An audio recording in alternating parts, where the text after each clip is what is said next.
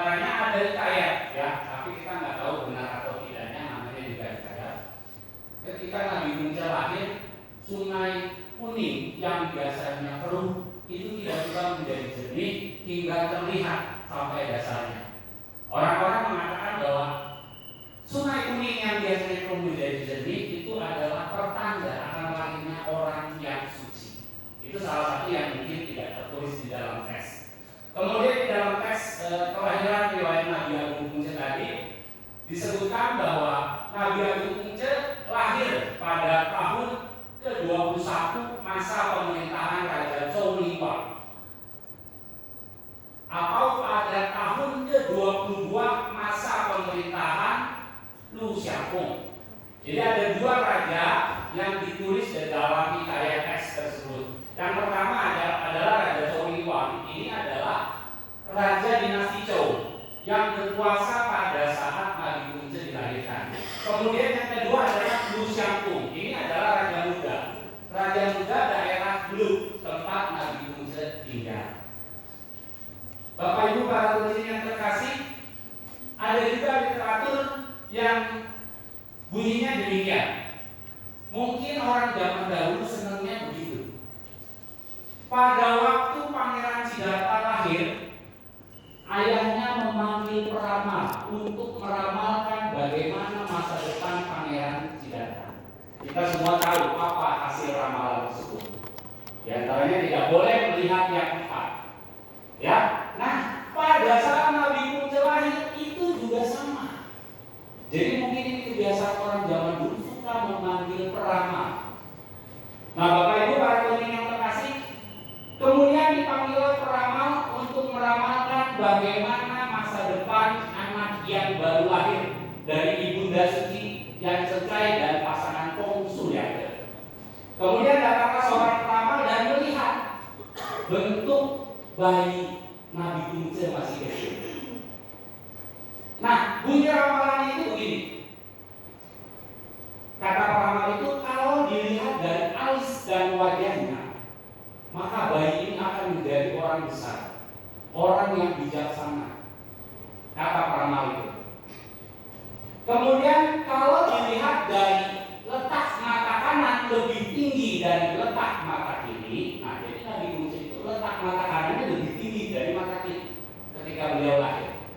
Ini akan menyebabkan wafatnya orang tua dalam waktu tidak lama. Itu kata peramal itu. Dan ramalan itu terbukti. Saat Nabi Punce berusia 3 tahun, ayahandanya Kong Suryade meninggal. Ya, itu salah satu cerita di balik kelahiran Nabi Punce. Pada peringatan hari lahir Nabi Punce yang ke-2575 yang diselenggarakan oleh Kong Miao Gerbang Kesusilaan. Saya baca di gerbang itu tadi tulisannya begitu. Menteri Kong Miao, artinya tempat ibadah agama Konghucu, gerbang kesusilaan, mengambil tema maka seorang yang berkebajikan besar itu niscaya menerima firman. Nah, Bapak Ibu para hadirin yang terkasih, izinkan saya berbagi apa yang pernah saya pelajari. Yang dimaksud dengan firman ini ada hurufnya, huruf mim yang gambar rumah. Itu banyak sekali huruf mim yang ada di dalam kitab suci. Yang paling kita tahu adalah Tianmin Suwesi, ya, yang ada di kitab Chongyong atau Tiongyo. Nah, di dalam kitab Tiongyo itu disebutkan Tianmin. Jadi ada kata Tiannya tidak dipisah. Tianmin. Nah, ini banyak saya melihat di kita masih keliru. Antara Ming dan Tianmin dikiranya sama, padahal Tianmin dan Ming berbeda. Yang dimaksud dengan Ming dalam kalimat ini adalah firman. Apakah firman yang dimaksud dalam sabda Nabi Punce yang dijadikan tema pada malam hari ini? Menerima firman, artinya seseorang akan menerima firman. Sementara kata di dalam Tiongkok, firman Tuhan itulah dinamakan watak sejati. Nah, jadi pasti agak berbeda. Nah, yang dimaksud dengan firman dalam ayat ini untuk memahaminya, maka kita harus Jadi kalau dibacanya sepotong ini agak bingung, tapi kita harus baca pasal dari atasnya. Jadi pasal ini sedang menceritakan orang yang berkebajikan besar. Siapakah orang yang dimaksud Nabi Punce berkebajikan besar dalam ayat ini? Itu ada di pasal 1. Kalau yang bawa kitab sesu boleh dibuka bab 17 Pyongyang pasal 1. Jadi di situ sedang Nabi Punce sedang membicarakan tentang Raja Sun. Jadi orang yang dimaksud berkebajikan besar dalam ayat ini adalah Raja Sun. Maka kalau kita menarik garis lurus yang dimaksud Raja Sun menerima firman, apa kira-kira ya? Nah, kalau ayat yang kedua ini saya ambil contoh, kebetulan ayatnya sama ya. Jadi ini ada kata firman. Maka seorang cincin itu selalu damai tentram menerima firman. Sebaliknya seorang sioren melakukan perbuatan sesat untuk memuaskan nafsunya. Jadi ada dua kalimat yang menggunakan kata firman. Apakah keduanya sama atau berbeda? Ya, mirip tapi berbeda. Nah, yang dimaksud dengan tema kita pada hari ini, yang dimaksud firman adalah kedudukan, pangkat, nama besar, gaji besar, usia panjang. Jadi yang dimaksud dengan firman ini adalah itu. Kalau nggak percaya, baca pasal di atasnya ada tulisannya. Jadi itulah yang dimaksud firman yang disebutkan oleh Nabi Punce. Lalu, apakah Raja Sun adalah orang yang berkebajikan besar? Maka jawabannya pasti iya. Karena kita tahu kisah Raja Sun.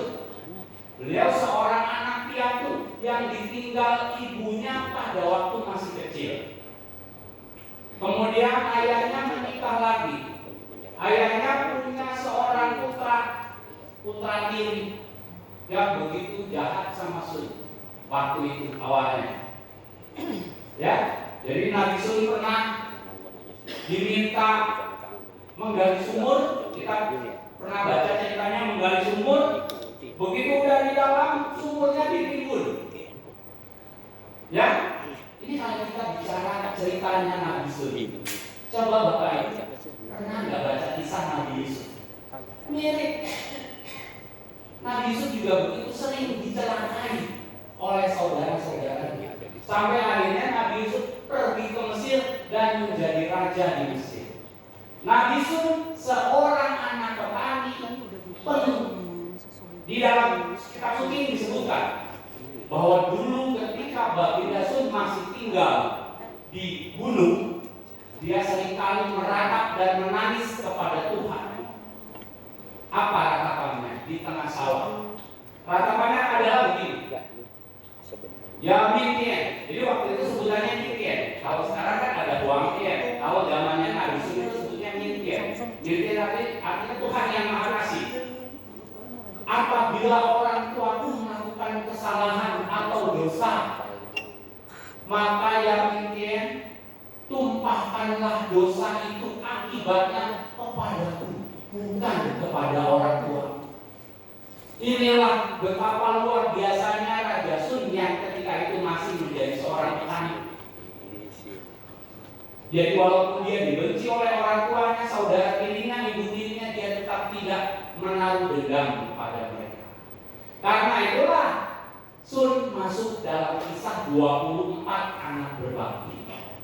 Kalau kita mau lihat literatur 24 anak berbakti, kalau kita pergi ke Bio Banten, itu ada ukirannya, itu ada 24 kisah anak berbakti, cuma gambar doang sama tulisan sepotong. Ya, saya pernah ke sana, saya baca yang satu ya, nggak semua sih. Salah satunya ada kisah Raja Sun. Itulah makanya dalam kisah Raja Sun disebutkan ada ayat yang mirip dengan Wei Ke Tongkien, yaitu Xiao Pan Tongkien. Jadi kalau kita nyebutnya salah kebajikan Wei Ke Tongkien, kisah Nabi Sun disebutkan Xiao Pan Tongkien. Artinya Xiao itu adalah bakti. Jadi rasa bakti itu. Nah sebenarnya kalau kita terjemahkan Wei Ke Tongkien hanya kebajikan kebajikan Tuhan berkenan. Kalau kita baca huruf satu persatu, ada kata Tong Tien. Ada yang tahu apa artinya Tong? Tong itu artinya gerak. Sementara kita selalu menyebutkan hanya kebajikan Tuhan berkenan. Kok nggak ada kata gerak? Padahal huruf aslinya ada geraknya. Tong itu artinya gerak. Lalu apa yang dimaksud dengan gerak dalam Wei Ketung Tien? Yang dimaksud dengan gerak dalam Wei Ketung Tien dan Xiao Tai Ketung Tien adalah menggerakkan, menggugah hukum suci Tuhan. Nah, maka kebajikan yang dilakukan oleh Sun itu telah menggugah hukum suci Tuhan. Kebajikannya berkenan kepada Tuhan, sehingga Tuhan berkenan menurunkan firman berupa jabatan, nama besar, umur panjang kepada Sun. Sehingga ketika Sun sudah tiada pun, kalau di ayat ini disebutkan bahwa kekayaan Nabi Sun itu tersebar sampai 4 penjuru lautan. Artinya Sun hidup dengan penuh kemewahan. Kemudian di ayat tersebut juga disebutkan bahwa bio leluhurnya selalu dipuja. Artinya sepeninggal Nabi Sun, anak keturunannya senantiasa menyembahyanginya di bio leluhurnya. Artinya apa? Artinya Sun melahirkan anak-anak yang berbakti kepadanya. Walaupun dia telah tiada, keturunannya tidak pernah lupa menyembahyanginya di bio leluhurnya. Itulah firman yang diterima oleh Sun yang dimaksud dalam ayat ini. Nah, kalau ayat yang ini, maka seorang tunjuk selalu damai tentram menerima firman. Nah, ini ada sedikit beda. Ada ayat begini-begininya. Sejauh artinya mati hidup adalah firman. Nah, ini mati hidup adalah firman. Beda lagi sama ini, padahal sama tulisannya. Hurufnya sama, min, firman. Mati hidup adalah firman. Kalau kita terjemahi dalam bahasa Indonesia adalah takdir. Jadi kalau orang mati dan hidup adalah takdir. Ketika takdir itu datang, walaupun kita sudah berusaha berobat kemanapun, maka tidak bisa ditolak. Itulah min, takdir. Nah, maka ayat ini firman yang dimaksud di sini adalah takdir kehidupan. Ketika dia damai tentram menerima firman, maksudnya begini. Walaupun hidup dalam kampung miskin, tidur dengan alas tangan, makan nasi kasar, minum air putih, tetap tidak mengurangi kebahagiaan. Ada ayatnya, lagunya hanya awal berlalu. Nah, itulah yang dimaksud seorang kuncu yang damai tentram menerima firman. Ia tidak mengeluh gerutu kepada Tuhan akan nasibnya, karena min takdir setiap orang berbeda, tidak sama. Ya, sementara seorang rendah budi ketika menerima takdir yang tidak baik, takdir yang kurang baik, ia suka melakukan perbuatan sesat. Bagaimana caranya supaya bisa merubah ekonomi, walaupun dengan cara mencuri, dengan cara kekerasan, kasar, korupsi dan sebagainya, ia berani melakukannya. Itulah orang rendah budi. Jadi kata firman dalam ayat yang ini berbeda. Kata firman ini maksudnya adalah takdir dalam kehidupan. Kaya dan mulia adalah harapan, keinginan setiap orang. Tetapi bila tidak dapat dicapai dengan jalan suci, nah kan kita sudah tahu kelanjutannya. Miskin dan berkedudukan rendah adalah hal yang dibenci setiap orang. Tetapi apabila tidak dapat disingkiri dengan jalan suci, maka janganlah ditinggalkan. Ya, kurang lebih pengertian firman dalam tiap ayat tidak sama. Tergantung konteks ayat itu sedang menceritakan apa. Oke, Cici ada yang selanjutnya? Biar saya kasih perbandingan sedikit.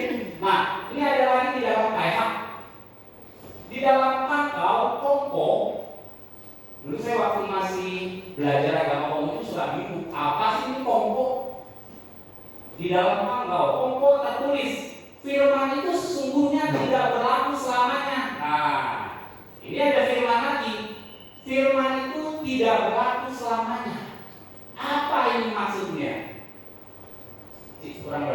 Tuhan.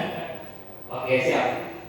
Firman itu sesungguhnya tidak berlaku selamanya. Nah, ini ngomongin firman tapi tidak berlaku selamanya.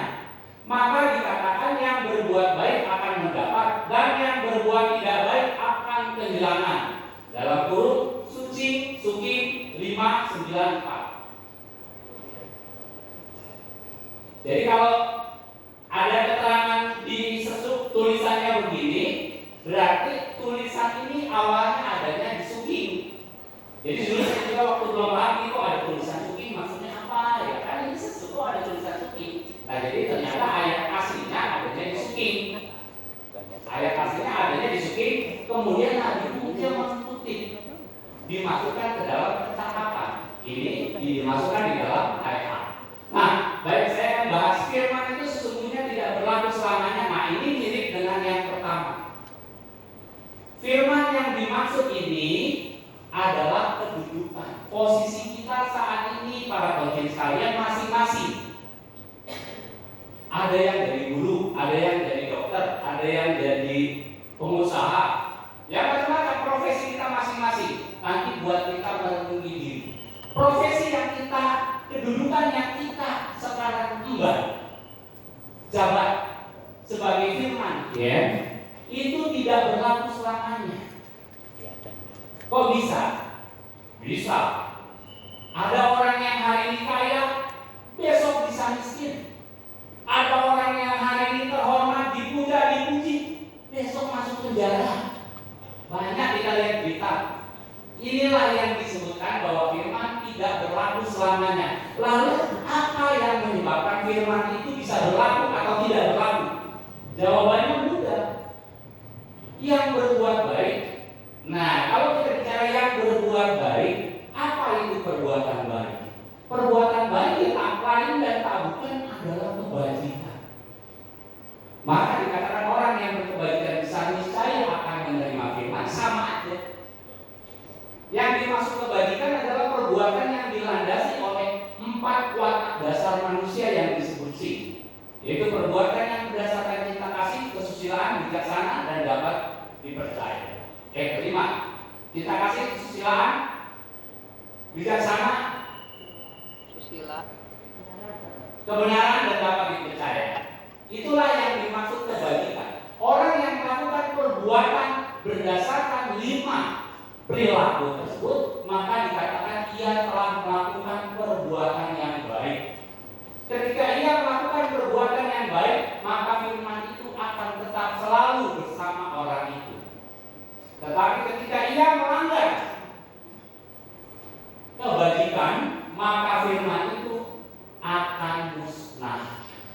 Contoh, kalau kita jadi pengusaha, sesekali kita berlaku tidak dapat dipercaya, membohongi konsumen kita, ingkar janji kepada customer kita, maka usaha kita yang tadinya maju perlahan-lahan akan mulai ditinggalkan pelanggan-pelanggan kita, sampai akhirnya bisa saja kita menjadi bangkrut. Itulah yang disebutkan bahwa firman tidak berlaku selamanya. Semua tergantung perbuatan masing-masing. Maka kita harus dapat selalu hidup di dalam kebajikan. Jangan pernah melanggar kebajikan atau hukum suci Tuhan. Bicu pernah mengatakan bahwa Sun Dian Cecun, Ni Dian Sewak, kata Bicu, yang artinya siapa yang mematuhi Tuhan akan terpelihara. Siapa yang melawan hukum suci Tuhan akan binasa. Yang dimaksud mematuhi Tuhan adalah mematuhi hukumnya. Dunia ini tidak terlihat, tapi ada hukum yang berjalan. Para nabi, orang-orang bijaksana menangkap hukum-hukum ini, mempelajari hukum ini. Agama Buddha, saudara-saudara kita menangkap hukum bahwa di dunia ini ada yang namanya hukum karma. Saudara kita yang beragama Kristiani menangkap hukum ini nabinya. Ada hukum yang namanya tabur tuai. Kemudian saudara kita yang beragama Islam ada ayatnya yang namanya Bunyinya begini, perbuatan sekecil apapun yang seberat biji jagung akan mendapatkan balasan juga seberat biji jagung. Sementara perbuatan jahat yang dilakukan seberat biji jagung juga akan mendapatkan balasan seberat biji jagung. Inilah para nabi di berbagai pelosok menangkap hukum-hukum yang ada di dunia ini. Dalam agama kita juga ada hukum tersebut. Adanya di mana? Ada di kitab Icing. Sifat hukum suci Tuhan ada 4. Guan Heng Li Cheng. Kalau Mandarinnya Guan Heng Li Cheng. Salah satu sifatnya adalah li, pemberitahuan.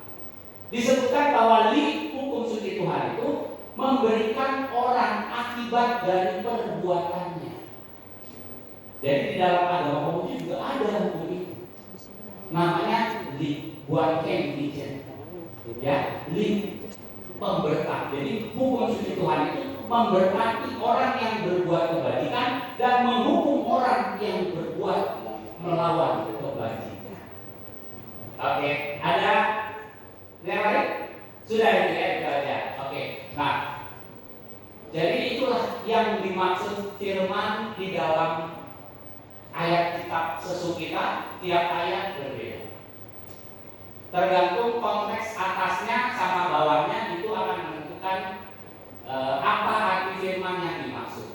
Nah, jadi Bapak Ibu para pencinta yang terkasih, segenap rohaniwan, kesimpulan kita adalah Nabi Musa yang 2575 tahun yang lalu telah lahir ke dunia sebagai pokok untuk kita.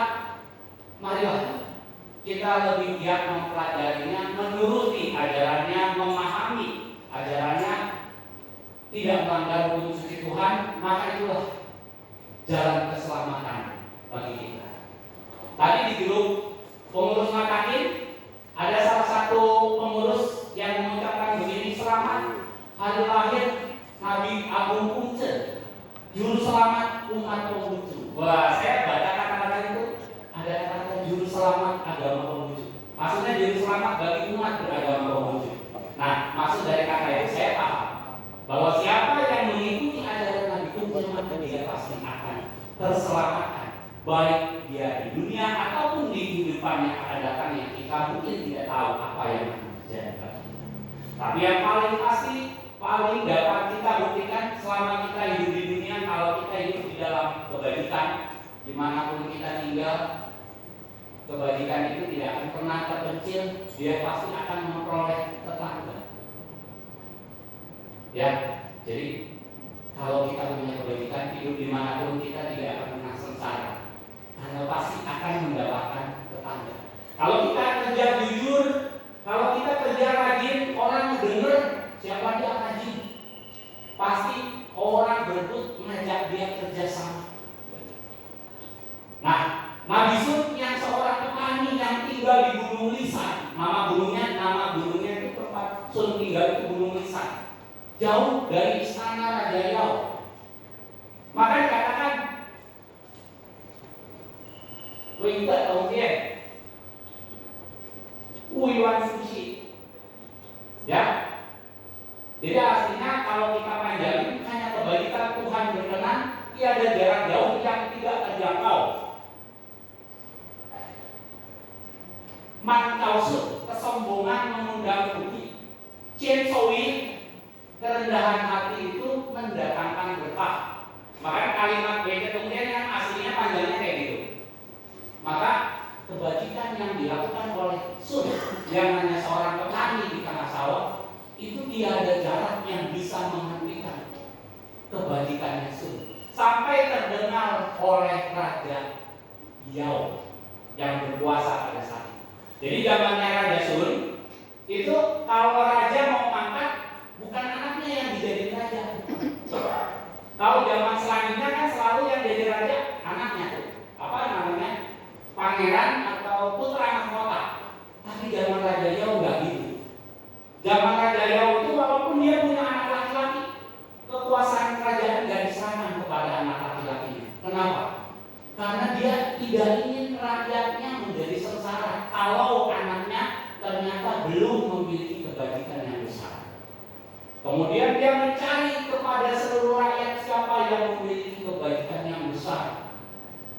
Kemudian para menteri melaporkan bahwa ada orang yang berkebajikan sangat besar. Dialah Sun, seorang petani yang tinggal di Gunung Lisan. Inilah yang disebutkan bahwa kebajikan itu tiada darat yang tidak bisa dijangkau. Nah, itulah Bapak Ibu para pengingat yang terkasih. Karena kebajikan Sun ini dapat mengguncangkan langit, mengguncangkan hukum suci Tuhan, sehingga Tuhan berkenan menurunkan kepadanya firman sesuai dengan tema kita, sehingga Sun akhirnya berhasil menjadi raja. Nah, kemudian ayahnya sama ibu tirinya yang dulu jahat sama dia, karena Sun tadi berdoa di tengah sawah bahwa kesalahan mereka timpakanlah saja kepadaku yang mungkin. Akhirnya apa? Orang tuanya luluh hatinya, kemudian berbalik menyayangi Sun seperti anaknya semula. Ya, jadi itulah yang disebutkan bahwa kebajikan itu menggetarkan langit, menggugah hukum suci Tuhan, bahkan manusia apalagi pasti tergugah. Kalau cerita aslinya itu mungkin kan ketika Yi Agung akan berperang melawan suku Miao yang barbar, mau diperangi dengan kekerasan, tapi dinasehati oleh Nabi bahwa itu mungkin hanya kebajikan yang menggerakkan hukum suci Tuhan. Akhirnya tak jadi diperangi suku Miao, malah dia membuat tari-tarian perdamaian. 70 hari kemudian suku Miao tanpa perlu diperangi datang menyatakan tunduk kepada Raja Sun dengan menterinya Yi Agung. Ya, jadi tidak selamanya kekerasan itu dapat menyelesaikan suatu masalah, tapi dengan kebajikanlah masalah itu dapat terselesaikan. Hanya kebajikan terserah Tuhan, tiada jarak jauh yang tidak terjangkau, kesombongan mengganggu, kerendahan hati mendatangkan berkah. Nah, baik Bapak Ibu para penting yang terkasih, karena kita masih punya banyak acara, di bawah nanti saya baca ada pertunjukan barongsai. Mungkin saya cukupkan sampai di sini. Mudah-mudahan lain waktu kita bisa mempelajari ayat-ayat yang lain yang bisa lebih dapat menambah keyakinan iman kita di dalam mematuhi hukum suci Tuhan. Itu saja, kurang lebihnya saya mohon maaf apabila ada salah kata. Terakhir saya tutup dengan salam kebajikan. Kebajikan Tuhan berkenan. Wita, kemudian Sanjay.